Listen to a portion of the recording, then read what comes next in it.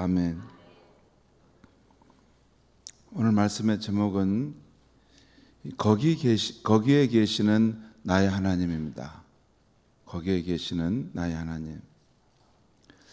오늘 말씀은 성전 건축을 봉헌한 솔로몬 왕이 온 백성들 앞에서 하나님께 기도하는 내용입니다. 기도의 내용이에요.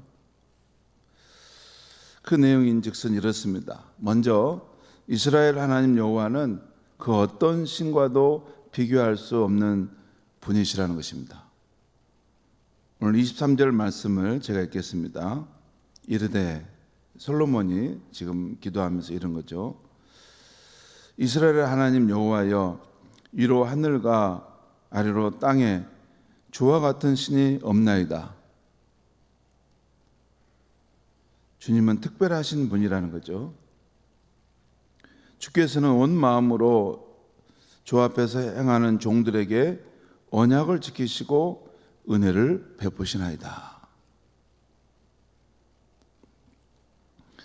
여호와 하나님은 이 세상의 그 어떤 신과도 비교할 수 없는 분이라는 것을 말씀하고, 또 두 번째는 오늘 23절 하반절에 나온 대로 온 마음으로 주 앞에 행하는 종들에게, 진실함으로 주님을 섬기는 종들에게 언약을 지키시고 은혜를 베푸시는 분이시라는 것입니다. 그래서 과거에 자신의 아버지 다윗과 하신 언약의 말씀을 지키셨다는 것입니다. 다윗이 진실함으로 하나님을 경외하고 섬긴 것으로 인해서 하나님께서 그 언약을 지키시고 그에게 은혜를 베풀어 주셨다는 것입니다.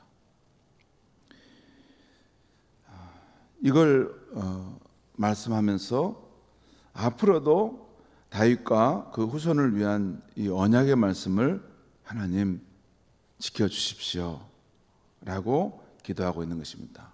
이것이 오늘 본문 24절에서 26절에 나와 있는 내용이에요. 하나님을 경외하고 그의 언약을 지키고 살아갈 때 하나님께서 다윗과 그의 후손, 그의 가문을 영원토록 축복하시겠다 하는 그 약속을 이루어 주십시오. 여기에는 솔로몬 자신도 하나님 앞에 그렇게 살겠다는 그런 마음의 그런 자세가 있는 것이죠.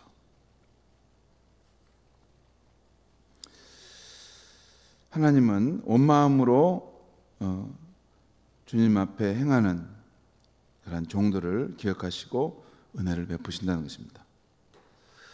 그리고 또 세 번째는 이 솔로몬의 기도에 나오는 이 세 번째 내용은 이 성전을 향하여 드리는 백성들의 기도를 들으시고 응답해 달라는 것입니다. 이것은 오늘 본문 27절에서 30절까지 나오는데요. 먼저 27절 말씀 보겠습니다. 27절 같이 한번 읽겠습니다. 시작.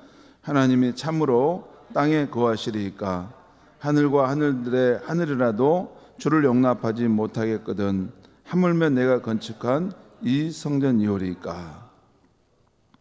지금 하나님이 거하실 그 성전을 준비해서 지금 봉헌했지만 하나님이 참으로 이 땅에 이 성전에 거하실 수 있겠습니까?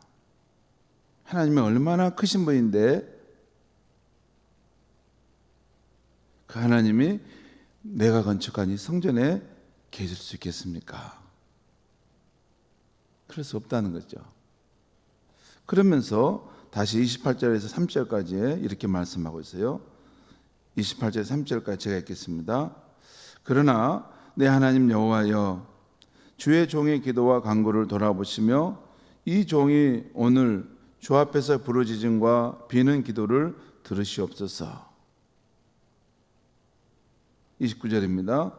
주께서 전에 말씀하시기를 내 이름이 거기 있으리라 하신 곳 이 성전을 향하여 주의 눈이 주야로 보시오며 주의 종이 이곳을 향하여 비는 기도를 들으시옵소서. 신명기 12장 5절에서 14절을 보면 거기 여호와께서 자기 이름을 위하여 택하실 장소가 있다라는 말씀이 나옵니다. 그곳에서 너희들이 나와서 기도하고 예배하라 하는 말씀이 나오는데, 특별히 하나님이 정하시고 하나님을 만날 수 있는 장소라는 것이 있다는 것이 구약 성경에 흘러가는 중심 사상 중에 하나죠.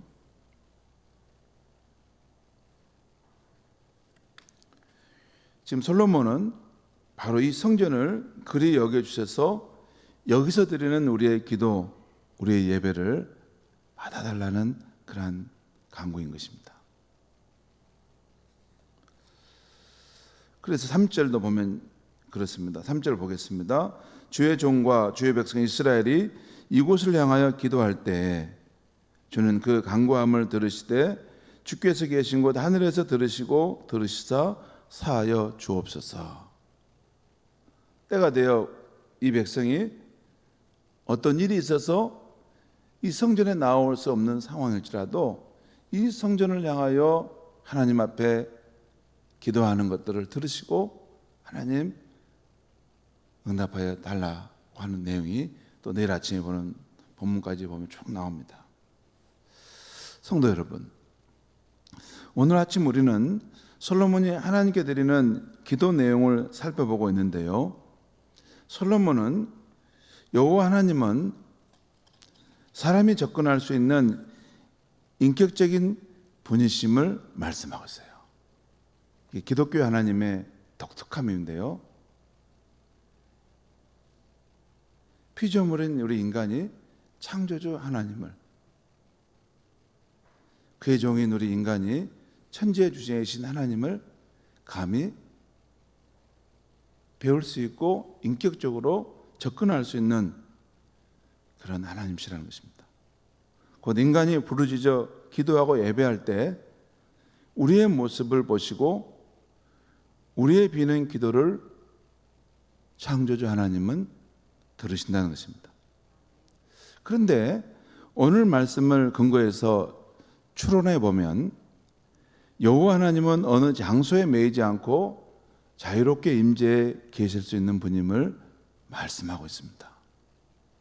먼저 하나님께서는 자신이 택한 곳, 이 성전이라는 장소를 중심으로 자기 백성을 인격적으로 만나시는 분이십니다. 그래서 이 성전을 향하여 또 이 성전에 나와서 드리는 사람들의 기도와 예배를 보고 계시고 또 들고 계시다는 것입니다. 그런 의미에서 우리 성도들이 구체적인 이 연양동 예배당에 나와서 드리는 기도와 예배 행위를 하나님은 귀하게 보십니다. 귀하게 보세요. 실제로 우리가 직접 몸으로 이 성전에 올라와 기도하고 예배할 때 주님의 임재를 가까이 느낄 수가 있습니다. 그래서 저는 할 수만 있으면 우리 성도님들이 이 성전에 나와 하나님을 찾는 기도와 예배를 드리기를 정말 원합니다. 저도 생각해 봐요. 아침에 이 성전에 나와서 기도하려면 남보다 더 일찍 일어나야 되고 또 걸어서 와야 될 때가 있고, 그러면 비가 올 때나 또 불편한 날씨도 있겠다. 또 좀 먼 거리에 있으신 분들은 차를 타고 이곳에 와야 돼요. 근데 매일 아침에 차를 타고 오는 것도 기름값도 많이 들겠다, 그런 생각도 해봤습니다. 실제 그렇습니다.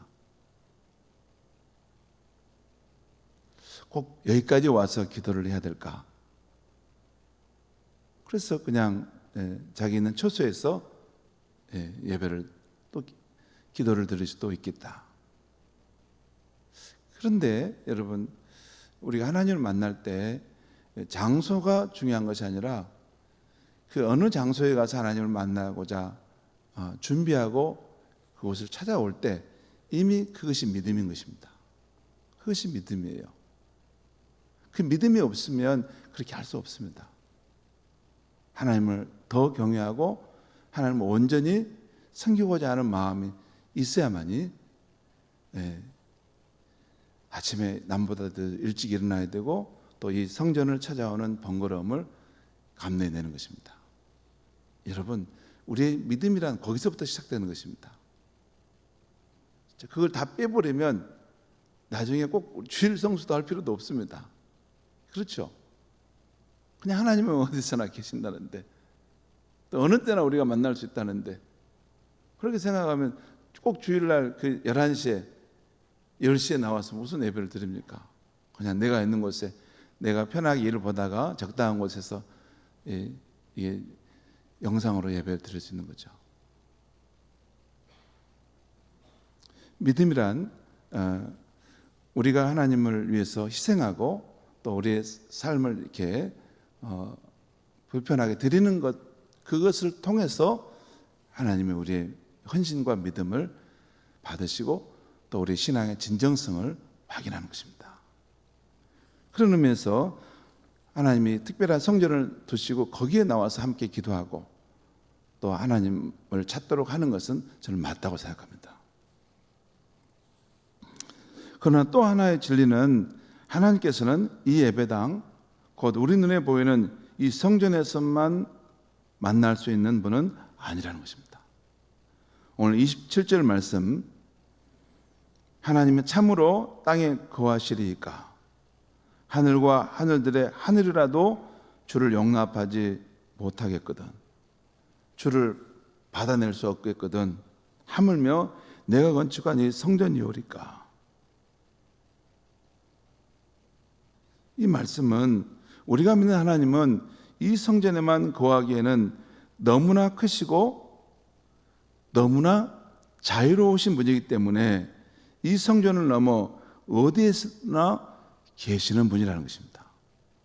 여러분, 저는 이렇게 기독교 복음을 이렇게 전하는 설교자이면서 제가 계속 관심을 갖는 것은 우리가 사는 이 지구뿐만 아니라 하나님이 지으신 이 우주 공간이 얼마나 크고 놀라운 세계인가 하는 것에 저는 관심이 많습니다. 그래서 제 서재에 천문학에 관한 책들이 참 많습니다. 그런데 오늘 말씀 나오는 것처럼 하늘과 하늘들의 하늘이라도 하나님을 용납할 수 없다고 하지 않습니까? 여러분, 이 우주가 얼마나 광대하고 광대합니까? 그런데 이 우주를 누가 만드셨어요? 하나님이 만드셨어요. 그럼 하나님은 이 우주보다 더 크셔야 되지 않겠어요? 그러죠? 더 크시니까 이 우주를 만드시고 그걸 주관해 가시고 있는 거 아닙니까? 또 하나는 하나님 크시기만 하지 않고 지극히 작기도 하십니다. 여러분, 가장 작은 물질의 단위가 원자고 더 들어가면 전자가 있고 또 그 원자 핵도 있고 더 작은 단위로도 들어가죠. 도저히 우리 눈으로 상상할 수 없을 만큼 그 가장 미세한 곳까지 들어가도 어떤 물질의 단위가 있고 그것이 질서정연하게 존재하고 있다는 것이에요. 여러분, 그건 뭘 의미하냐면 그 가장 깊은 부분, 작은 부분까지도 그 질서를 잡으시고 그것을 질서를 따라 운행되게 하신다는 것은 하나님께서는 그렇게 깊은 것까지도 알고 계신다는 것입니다. 그것을 알지 못하면 그런 질서가 과연 형성될 수 없는 것이죠. 그렇지 않습니까? 그러니까 하나님은 이 우주, 광활한 우주에 대해서도 알고 계시지만 하나님은 가장 그 작고 작은 그 세계까지도 다 알고 계셔서 그곳에 질서를 세우시는 분이었다, 그 말입니다.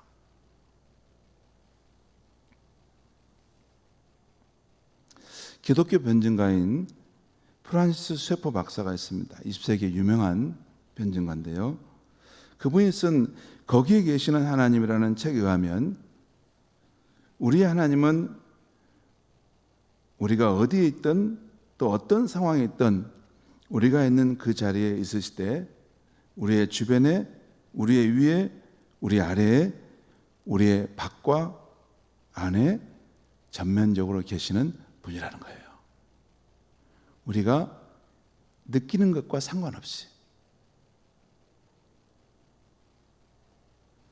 그리고 시편 139편을 지은 다윗도 우리가 어머니 모태에서 지음 받을 때도 하나님은 거기 계셨다라고 합니다. 우리가 하늘에 올라갈지라도 거기 계시고 저 아래 가장 어두운 생을 지날 때에도 거기 계신다고 합니다. 또 우리가 새벽 날개를 치고 바다 끝에 가서 거할지라도 먼저 그곳에 계셔서 우리를 인도하시는 분이 너무나 기이하고 놀라우신 우리 하나님이라고 고백합니다. 여러분, 이 순천 땅에서만 사셨으면 잘 모르실 텐데, 여러분, 우리가 여행을 가지 않습니까? 가끔 먼 나라로 여행을 갈 때 그 낯선 이방 나라에서 호텔에 잠을 자다가 새벽에 깨고 창 커튼을 쫙 열면 그 창문 밖으로 아침의 전경이 펼쳐지고 사람들이 분주하게 움직이는 모습을 본 적 있으십니까? 그때 여러분, 한국 땅이 아닌 이 낯선 이방 땅에도 하나님이 여기에 계시고 여기에 활동하신다라는 생각을 해본 적 있으십니까? 저는 선교사로 있었기 때문에 그런 때가 언뜻 있었습니다. 이 사람들은 알지 못하지만 이 땅도 하나님이 지으신 땅이고 하나님이 주관하시는 그 땅이라는 것입니다.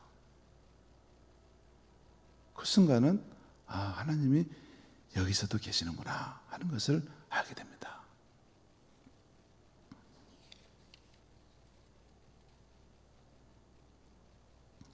성도 여러분, 특별히 신약시대 예수 그리스도를 믿고 그분의 성령을 받은 사람은 그가 어느 장소에 있든지 어떤 상황에 처해 있든지 제가 진실을 말씀드리는데, 그가 약하고 불안할 때뿐만 아니라 그가 분노하고 있을 때에도, 그가 절망하고 낙심하고 있을 때에도 바로 거기에서도 우리 하나님이 계시다는 것입니다.